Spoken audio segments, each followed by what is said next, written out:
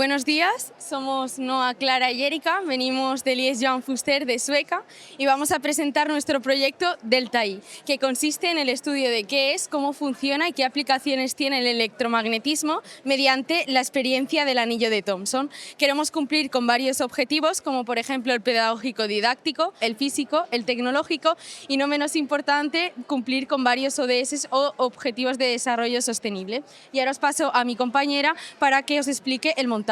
Nuestro montaje se basa en un alargador que funciona como interruptor mecánico porque tiene un interruptor. De aquí conectamos un autotransformador limitado a 50 voltios que nos permite regular el paso de voltaje y por tanto de intensidad al circuito. Aquí conectamos en serie un amperímetro por tal de medir la intensidad que pasa y hacer medidas. Y aquí tenemos un pequeño montaje que se basa en una bobina de 400 espiras, núcleos de hierro dulce que tenemos más gruesos y más finos y anillos de diversos materiales. También contamos con un reostato que nos sirve para una segunda parte de la experimentación. Y ahora mi compañera os explicará las leyes físicas de nuestro proyecto. Detrás de nuestro proyecto hay mucha física, pero nosotros nos hemos basado en tres leyes fundamentales. La primera es la de Faraday-Henry Lenz, que describe que una variación de flujo magnético será capaz de producir una fuerza electromotriz inducida que será la responsable de la levitación del anillo. La segunda es la de Biot-Savart, dada por la siguiente expresión, pero no es la expresión general, sino que hemos tenido que hacer un trabajo de búsqueda para encontrar una ecuación que nos relacione el campo magnético en función de la altura. Para poder hacer uso de ella, hemos tenido que suponer que nuestro solenoide se comporta como una espira de n vueltas, porque si no estaríamos diciendo que el campo magnético producido sería homogéneo y no podríamos explicar la levitación. Por último, la fuerza de Lorentz, que tiene dos componentes, la radial y la vertical, que como podemos ver en la representación gráfica de nuestro circuito, la componente radial se anula debido a la perpendicularidad en el eje Z y la vertical es la que nosotros estudiamos y nos interesa. Mi compañero Noah explicará el modelo teórico. Nosotros vemos que al encender el circuito, el anillo levita y que al variar la corriente que le damos, la altura del anillo también varía. Por tanto, deducimos de forma lógica que debe haber una relación entre la intensidad de corriente y la altura de nuestro anillo. Medimos la altura, graficamos en función de la intensidad, llegando a un coeficiente de correlación que varía entre 0,95 y 0,99. Esto normalmente nos diría que es una línea recta, pero nosotros pensamos desde un principio que esta relación no puede ser lineal, sino que tenía que tener otra forma.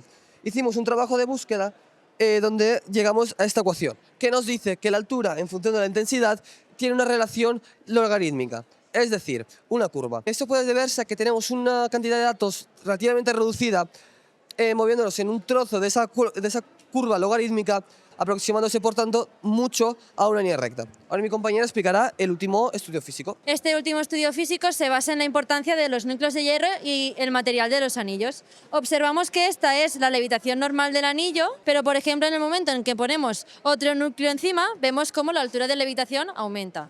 Esto se debe a que las líneas de campo que en la situación inicial se dispersaban por el aire, ahora obligatoriamente traviesan este núcleo, haciendo que el campo axial aumente y por tanto también la altura de levitación. También hemos probado otras cosas como puede ser cerrar el circuito y lo que observamos es que la altura de levitación aumenta mucho. Esto es por una propiedad que es la reductancia. Cuando cerramos el circuito lo que estamos haciendo es al campo magnético que antes viajaba por el aire, que ahora tenga que viajar por el hierro, que tiene una reluctancia muy baja. Y como han explicado mis compañeros, reluctancia baja implica más flujo y más flujo implica más levitación. Luego hemos hecho otro estudio referente a los materiales de los anillos. Tenemos este, que es de cobre. También tenemos otro, que es de acero, por ejemplo, que vemos que sí que pasa corriente, pero el anillo no levita. Tenemos otro que es de latón, de lo que están hechas las monedas, que sí que llega a vibrar, pero no levita. Y finalmente tenemos uno que es de aluminio, que sí que vibra, o sea, sí que levita, pero vibra mucho y no nos sirve para tomar medidas. Así que lo que hacemos es cambiar los núcleos de hierro. O sea, estos son más gruesos, ponemos estos que son más finos. Lo que vemos es que ahora el anillo levita de manera mucho más estable. ¿Por qué es esto?